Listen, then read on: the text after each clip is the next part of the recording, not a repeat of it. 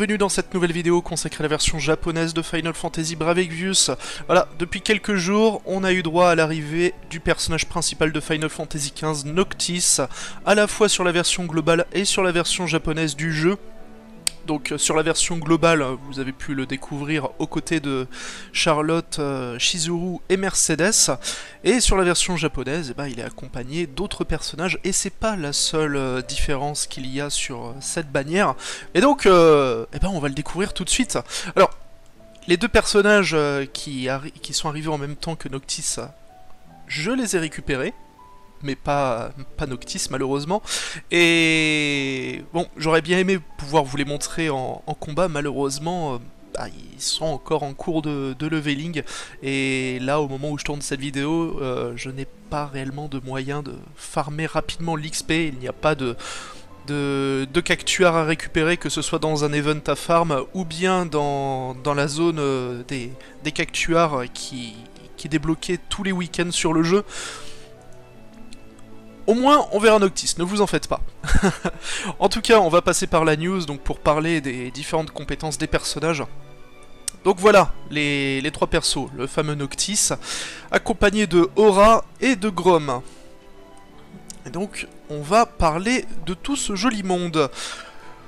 Donc pour commencer, Grom, un personnage natif 3 étoiles qui va jusqu'à 5 étoiles. Maintenant vous connaissez la chanson, hein. Bon, les personnages qui ont ce niveau de rareté, ils ne présentent que très peu d'intérêt, ils ne sont pas réellement puissants et ne trouveront pas leur place dans une quelconque équipe. Ceci étant, on va vite fait parler de ses diverses capacités. Donc au niveau de ses passifs, c'est assez timide, il a un plus 10% d'attaque physique, un plus 10% de défense physique, un plus 20% de HP. Il a également un passif qui lui augmente de 20% sa défense physique lorsque ses points de vie tombent en dessous de 30%. Il peut contrer les attaques physiques dans 30% des cas. Et puis il a un auto-régène, voilà.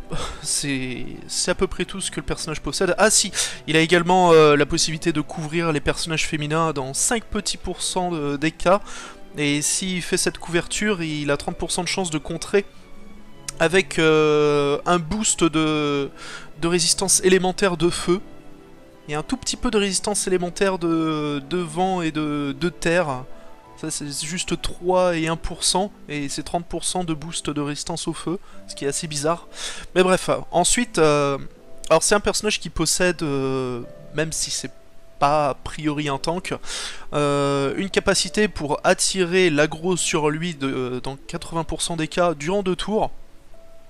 Et pour le reste de ses compétences, c'est plus ou moins des compétences orientées vers les dégâts de foudre. Donc il a par exemple une AOE qui augmente de 50% la résistance à la foudre et de 30% la défense physique durant 3 tours. Il possède l'équivalent d'un barrage, mais qui fait des dégâts de foudre. Il a 2 autres attaques de foudre, une qui fait 140% répartie sur 3 140% de dégâts physiques, répartie sur 3 hits sur tous les adversaires et qui a 30% de chance de paralyser. Une autre attaque qui fait 160% de dégâts physiques sur un seul hit et qui diminue de 50% la résistance face à la foudre. Et à côté de ça, il a également Blade Blitz, donc l'attaque classique physique en AOE qui fait 140% de dégâts physiques. Et puis c'est à peu près tout, donc le personnage n'a pas vraiment d'outils intéressants. Il y a bien sa Limit Burst qui a un poil plus de répondant, puisque en 5 étoiles, de base elle fait 400% de dégâts physiques répartis sur 7 hits en diminuant la résistance à la foudre de 30%. Mais bon, c'est pas ça qui le rendra intéressant. Cela dit, ça reste une unité cool à piocher pour une raison bien précise, c'est sa récompense de confiance, puisqu'il permet d'obtenir une épée large qui a 120 d'attaque physique, qui fait des dégâts de foudre, et qui au passage caste automatiquement sur le porteur de l'arme Auto-Brave, donc un buff qui fait plus 20% d'attaque physique. Donc évidemment un buff qui sera surplanté par n'importe quel autre buff plus important. Mais bon, en début de combat c'est toujours ça de prix.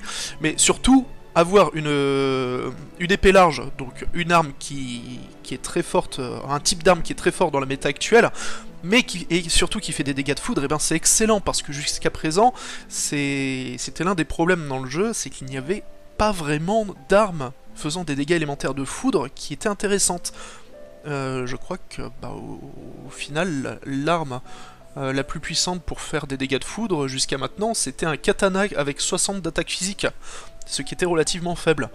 Donc c'est une arme ultra intéressante pour des personnages comme Knight d'Elita, ou bien encore pour Lightning, qui pourrait avoir un petit regain d'intérêt. Après, très honnêtement, je pense pas que la présence d'une arme de type foudre puissante la fera réellement remonter dans la tier list, mais voilà, c'est un équivalent à Excalibur dans un autre élément, c'est très très bien. À l'heure actuelle, maintenant, il ne manque plus qu'une arme réellement puissante pouvant produire des dégâts de glace, là, pour avoir le panel complet d'armes bien énervées pour tous les éléments. Donc voilà, un personnage à récupérer pour sa récompense de confiance. Ensuite nous avons Aura, donc une native 4 étoiles qui va jusqu'à 6 étoiles. Là aussi c'est un personnage qui a une excellente récompense de confiance, on va passer immédiatement dessus, puisqu'elle permet d'obtenir une lance avec 125 d'attaque physique et qui fait des dégâts de vent. Et qui a également la particularité de caster Auto Shell, donc qui booste la défense magique de 20%. Donc exactement pareil qu'avec Auto Brave, c'est une capacité qui se fera annuler par n'importe quel buff plus puissant au cours d'un combat, mais encore une fois, en début de combat, c'est toujours bien d'avoir ça. Et c'est la deuxième meilleure lance du jeu, derrière la récompense de confiance d'Aileen. Il y avait également pas énormément d'armes faisant des dégâts de vent jusqu'à présent, donc là aussi c'est vraiment une excellente récompense de confiance. Mais à côté de ça, Aura est un personnage plutôt sympathique. Donc déjà, au niveau de ses passifs, elle possède un plus 20% d'attaque physique, un plus 20% de MP, un plus 20% de défense magique. Elle a une capacité pour augmenter plus rapidement son remplissage de limit burst. Elle a quoi d'autre encore? Elle a une capacité permettant de diminuer de 50% les chances d'être pris pour cible par les adversaires. Elle a auto-refresh, comme quasiment tout le monde.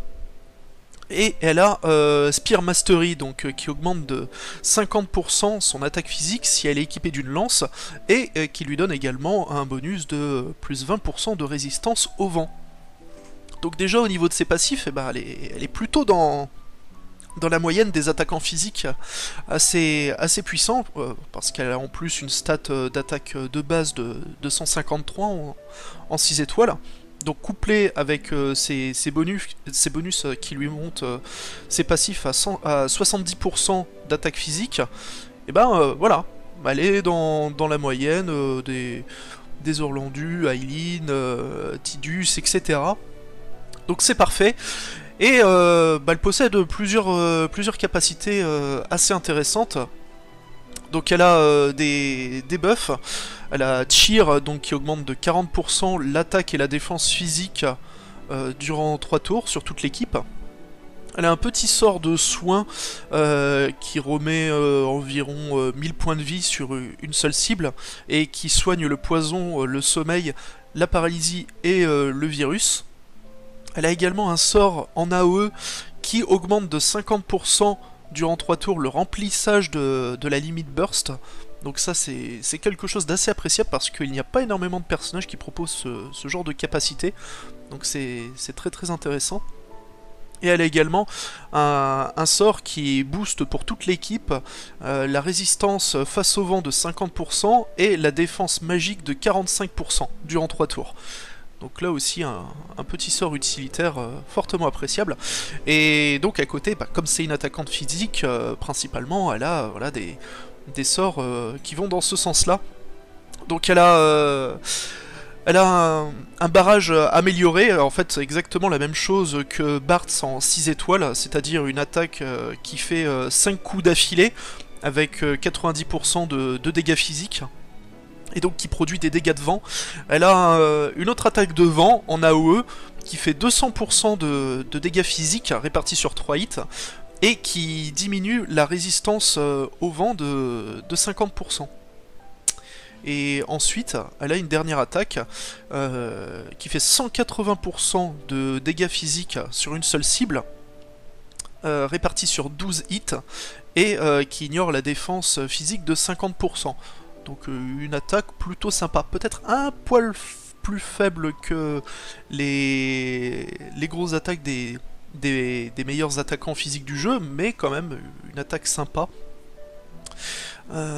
Surtout qu'elle a également un sort qui lui permet de booster de 50% son attaque physique durant 5 tours, et qui lui met également des attaques élémentaires de vent sur toutes ses attaques. Donc un personnage étonnamment plutôt intéressant. Alors bien entendu elle n'est pas au niveau des plus gros bourrins, mais on pourrait la placer à peu près au même niveau, je dirais, d'un Gilgamesh sans ses upgrades. Donc c'est plutôt pas mal. C'est une native 4 étoiles, donc a priori pas trop compliqué à récupérer, surtout si vous faites un pool à 5000 lapis sur la bannière. Donc ouais, ça Aura se défend. Et j'ai oublié de parler également de sa limite burst qui fait 270% de dégâts physiques répartis sur 10 hits en ignorant la défense de 50% et qui diminue de 60% la résistance au vent durant 3 tours. Voilà aussi, voilà, une limite burst qui est pas trop mal.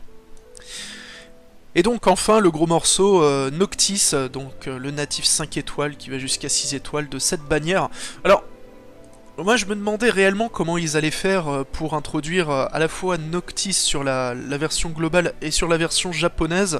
Je m'étais un peu fourvoyé parce que bon, moi j'avais deux hypothèses, soit sur la version globale vous auriez eu Noctis donc jusqu'à une rareté de 6 étoiles, et sur la version Jap ça aurait pu être le premier personnage à monter jusqu'à 7 étoiles, ou bien alors Noctis brut de pomme sur la version globale et Noctis 6 étoiles aussi sur la version Jap, mais avec d'office ses upgrades. Et ben en fait c'est ni l'un ni l'autre, c'est tout simplement un personnage avec des capacités légèrement différentes, revues à la hausse sur la version japonaise, et il en va de même également pour sa récompense de confiance qui a été un poil plus boostée pour la version Jap. Donc on va en parler immédiatement, c'est un accessoire, l'anneau de Lucie, donc dans la version globale c'est un équipement qui monte juste de 3 petits points l'attaque et la défense magique, mais qui ensuite donne accès à des sorts très intéressants. Le sort Alterna, qui coûte 80 MP, qui est a priori, je crois, en plus une magie noire, qui fait 510% de dégâts magiques en AOE, en ignorant la défense magique de 25%, ce qui en fait le sort magique le plus puissant du jeu. Il débloque également la capacité Death pour 30 MP, donc il y a 30% de chance de tuer instantanément une cible. Évidemment sur les gros boss du jeu ça ne fonctionne pas. Et qui en plus, alors ça je sais pas si c'est également présent sur la version globale ou si c'est exclusif à la version Jap, mais cette attaque fait aussi l'effet d'un drain de HP au moment où on la lance. Et en dernière capacité que cet anneau donnait, il y avait un contre-passif donc qui donnait 25% de chance de lancer une version un peu moins puissante du sort Oli, donc qui fait 120% de dégâts magiques de lumière sur une seule cible, mais qui au passage redonnait 40 MP au porteur de l'anneau. Et qui au passage augmente de 25% les chances d'esquiver les attaques physiques. Donc rien que ça c'était déjà vachement intéressant, mais en plus sur la version japonaise, l'anneau donne 30% d'attaques physiques et magiques en plus. Voilà, comme ça cadeau. Donc c'est un accessoire extrêmement puissant, l'un des meilleurs accessoires du jeu, très clairement. Donc rien que pour ça, le personnage est intéressant, mais ensuite, le reste de ses capacités valent largement le détour. Donc, or, Au niveau de ses passifs, le personnage est déjà assez original puisque en passif, on va dire natif, vraiment brut, il n'a qu'un 30% de HP et de MP, ainsi qu'un auto-refresh. Pour en fait tous ces autres passifs, bah, c'est un peu... en fait, c'est déterminé par l'équipement qu'il va porter.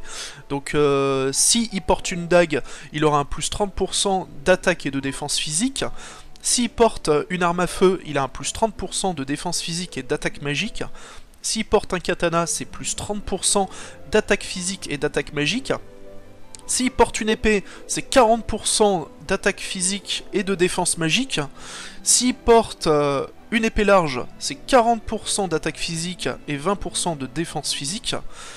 Avec un bouclier léger, 30% de défense et de défense physique et magique. Et si c'est un bouclier lourd qu'il porte, c'est également 30% de défense physique et magique qu'il aura en plus. S'il équipe une lance, il aura plus 30% d'attaque physique et de défense magique. Et enfin, s'il équipe une arme à projectile, c'est 30% d'attaque magique et de défense magique supplémentaire. Voilà, donc déjà, rien qu'au niveau des équipements qu'il aura, eh ben, on peut lui faire un peu des builds différents. Pour ce personnage, je pense que le plus intéressant reste tout de même de lui booster le plus possible son attaque physique. Donc dans cette optique-là, ça sera avec des épées et des épées larges qui sera le plus puissant, mais vu ses autres capacités, en fait, on peut imaginer d'autres builds avec le perso. Ah oui, en dernier passif, il a également 20% de chance d'éviter les attaques physiques, 10% de chance d'éviter les attaques magiques, et bah, il a un contre classique dans 30% des cas lorsqu'il encaisse une attaque physique. Mais donc ensuite, pour ses capacités actives, eh ben, il en a une sacrée pelletée, et le personnage fait un peu office de couteau suisse. Donc comme j'ai dit, il a des capacités offensives physiques. Donc avec un premier sort qui fait 300% de dégâts physiques sur une cible unique, voilà, juste un hit brut comme ça. Il a également comme plus grosse attaque physique 250% de dégâts physiques sur une cible unique en ignorant la défense de 50% et qui débuffe au passage de 45% l'attaque et la défense physique. Donc ça déjà c'est quand même assez fort, mais qui donne en plus au tour suivant l'accès à une nouvelle attaque qui est là encore plus puissante, et ça c'est quelque chose d'exclusif à la version japonaise. Une attaque qui fait 525% de dégâts physiques sur une cible en ignorant la défense de 50%. Et qui, comme la précédente attaque, diminue de 45% l'attaque physique et la défense physique de la cible touchée. Donc bah, c'est un sort avec un multiplicateur extrêmement élevé, donc rien qu'avec ça, Noctis est capable de faire très mal. Mais ce qui est intéressant, c'est que cette grosse attaque là qui débloque, il peut la débloquer également en lançant d'autres capacités. Donc il a un jump comme un dragoon, donc il disparaît durant un tour, et au tour suivant il retombe en faisant... il fait quoi déjà comme dégâts? Ah oui, 500% de dégâts physiques, sans ignore défense, et au moment où il fait son jump, il se redonne 150 MP et environ 3000 HP.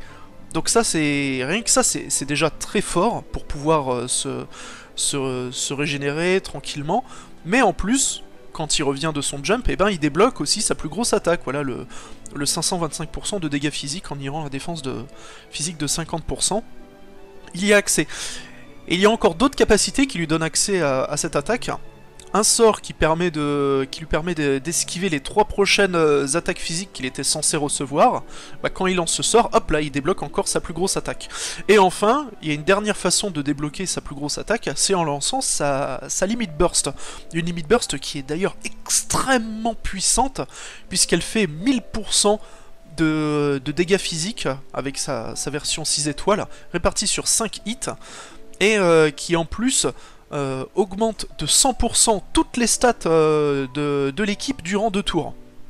Et qui en plus réduit de 30% tous les dégâts que Noctis recevra durant 2 tours. Voilà, ça fait quand même une très jolie limit burst, mais donc, lorsqu'on lance sa limit burst, en plus, ça débloque l'accès à sa plus grosse attaque physique au prochain tour. Donc déjà, tout ça, c'est très très bien, mais c'est pas tout. Noctis a encore d'autres choses. Il a High Res, donc qui permet de ressusciter une cible avec 100% de ses points de vie. Il a une provocation. Voilà, en fait, c'est Brave Présence qui permet d'attirer l'aggro à 100% sur lui au prochain tour. Donc, ça peut sembler pas très intéressant pour un personnage comme Noctis qui est plutôt orienté attaquant physique, mais avec tous ses passifs, si par exemple on l'équipe d'une dague et d'un bouclier, eh ben il peut atteindre un bon montant de défense physique, et donc il peut être un réel personnage de soutien et un peu un tank de substitution quand votre tank principal par exemple soit mort, ou bien qu'ils doivent lancer un buff ou un debuff durant un tour. Voilà, Noctis peut faire office de remplaçant ponctuel. Et il a encore d'autres capacités, parce qu'il en a jamais trop. Il a également un petit sort de soutien qui redonne environ 1000 points de vie et 10 MP à toute l'équipe durant 3 tours. Donc ça aussi c'est très appréciable. Et surtout, il possède 3 sorts élémentaires faisant des dégâts hybrides de feu, de glace et de foudre. Donc c'est des multiplicateurs de 300%, ce qui est pas très élevé. On a bien vu là avec la précédente bannière et la 6ème étoile d'Ayate, les dégâts hybrides sont un peu revenus sur le devant de la scène avec de très gros multiplicateurs de dégâts. Là, 300%, c'est très faible et il faut pas imaginer faire vraiment mal avec ces attaques-là. Mais ce qui est surtout intéressant, c'est que chacun de ces 3 sorts produit des effets supplémentaires. L'attaque hybride de feu fera 2 altérations d'état sur tous les adversaires. L'attaque hybride de glace infligera stop, enfin aura 30% de chance d'infliger stop durant 3 tours sur toutes les cibles. Et l'attaque hybride de foudre diminuera de 45% l'attaque et la défense magique de toutes les cibles durant 3 tours. Donc voilà, ça encore une fois, c'est des sorts extrêmement pratiques à la fois en PVP pour les altérations d'état et le sort stop, et également durant les combats PVE contre les monstres pour le debuff d'attaque et de défense magique. Voilà, donc avec tout ça, Noctis, il peut s'intégrer à n'importe quelle équipe, à la fois comme buffer, comme debuffer, comme tank de substitution, comme personnage très ennuyant en PvP, ou bien alors comme attaquant physique pur, dans lequel il pourra, c'est un rôle dans lequel il pourra également exceller. Donc oui, le personnage est très intéressant et il fait clairement partie des meilleurs personnages du jeu à l'heure actuelle. C'est vraiment un très très gros top tier. Je pense même qu'il est dans le trio de tête aux côtés de Onion Knight et Dark Veritas. Voilà, c'est puissant Noctis. Donc, est-ce que ces capacités supplémentaires qu'il a dans la version Jap arriveront également dans la version globale plus tard ? Je sais pas, sous forme d'upgrade, sous forme de boost comme ça lors d'une mise à jour, ou bien alors il restera tel quel sur la version globale, je ne sais pas. Du coup je préfère pas m'avancer, mais que ce soit dans une version ou dans l'autre, là au moment de sa sortie, c'est un gros top tier, que ce soit sur la version globale ou sur la version Jap. Donc pas de souci avec ça. Et on va tout de même aller voir un peu les attaques de Noctis, justement. Voilà, j'ai au moins un ami qui a eu la chance de le récupérer, donc on va aller se faire quelques combats. Je vais pas faire la zone en entier, je pense, juste de quoi montrer un peu ce dont Noctis est capable. Ça sera bien assez. Voilà, on va zapper la petite cutscene. Et on va aller faire la bagarre.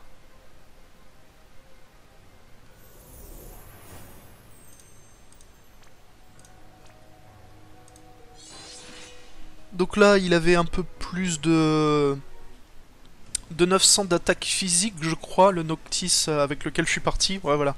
Donc équipé d'épée large et d'un katana. Bon, c'est pas encore la manière de maximiser sa puissance, puisqu'à la place du katana, il faudrait une épée. Mais voilà, déjà avec un équipement entre guillemets assez classique pour la version Jap, il monte relativement haut. Alors, voyons voir un peu quel sort on pourrait lancer. Testons un peu, tiens, une de ces attaques hybrides.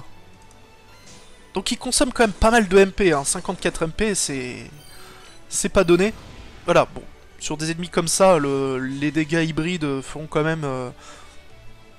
même corrects, mais encore une fois, c'est pas l'intérêt principal d'une telle attaque. C'est vraiment les effets à côté qu'elle produit qui sont intéressants. On va faire son jump. Donc pour vous constater qu'au moment où il saute, hop, il récupère ses 3000 points de vie et ses 150 MP. Donc ça c'est vraiment très sympa. Il retombe. Voilà, il fait plutôt mal et vous voyez que là, il a le petit icône qui signifie que au prochain tour, il pourra utiliser sa plus puissante attaque. Attaque que l'on va justement essayer juste après. Sauf s'il décide de contre-attaquer. Non. Ah oui, c'est vrai, j'avais oublié de préciser qu'il a également un dernier contre dans toute sa panoplie de sorts, un petit contre qui a 30% de chance de survenir et qui lui fait voilà une petite régène de points de vie assez modeste, hein, cela dit. Voilà, là, c'était quoi, environ 700 points de vie, c'est pas énorme, mais c'est toujours cette prix. Ça augmente d'autant plus sa survivabilité et ça donne encore plus de sens au fait qu'il ait une capacité de provocation pour faire ponctuellement un tank, pour prendre ponctuellement le rôle d'un tank de substitution. Voilà, donc ça c'est son plus gros sort. Alors, la deuxième attaque n'a pas proqué, hein, l'ennemi est mort, mais vous voyez, les dégâts ont été très corrects.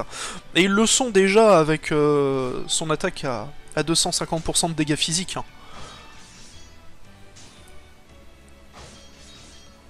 Voilà, surtout après le debuff qu'il a infligé, s'il a ambidextrie,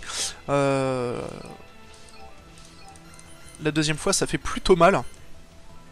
Alors du coup, oui, avec les passifs qu'il a, c'est une évidence, c'est un personnage qui a réellement besoin d'ambidextrie pour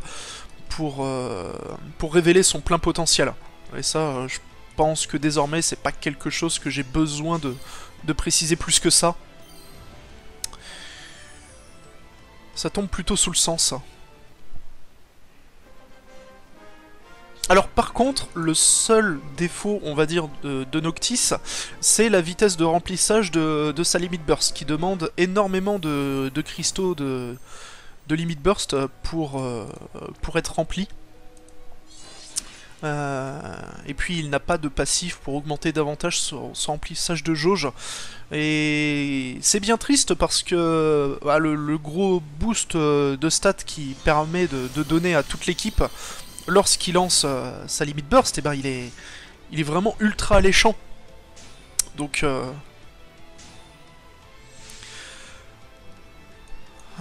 c'est peut-être un personnage sur lequel on peut lui donner une récompense de confiance qui booste la vitesse de remplissage de la Limit Burst. C'est... ouais. C'est quelque chose que l'on pourrait imaginer. Surtout dans l'optique d'en faire un personnage pur support.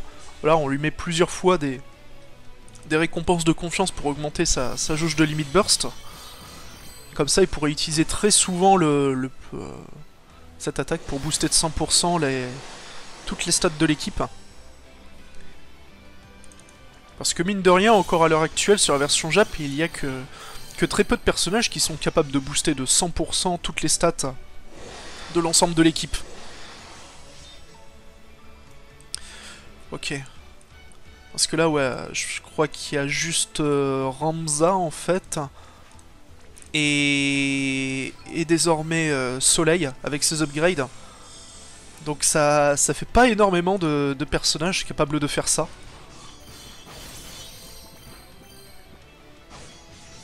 Allez, j'aimerais au moins que sa jauge de limit burst finisse de se remplir. Parce que mine de rien, en plus, il est assez joli l'effet de sa limit burst lorsqu'il lance.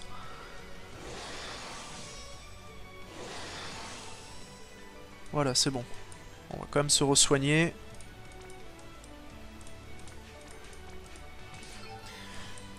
Et donc, on va lancer la limit burst.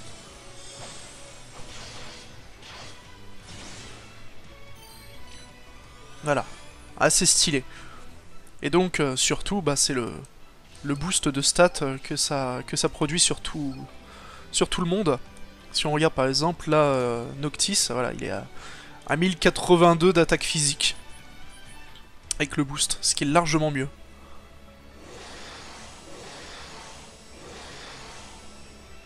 Et je vais même en profiter pour faire sa plus grosse attaque.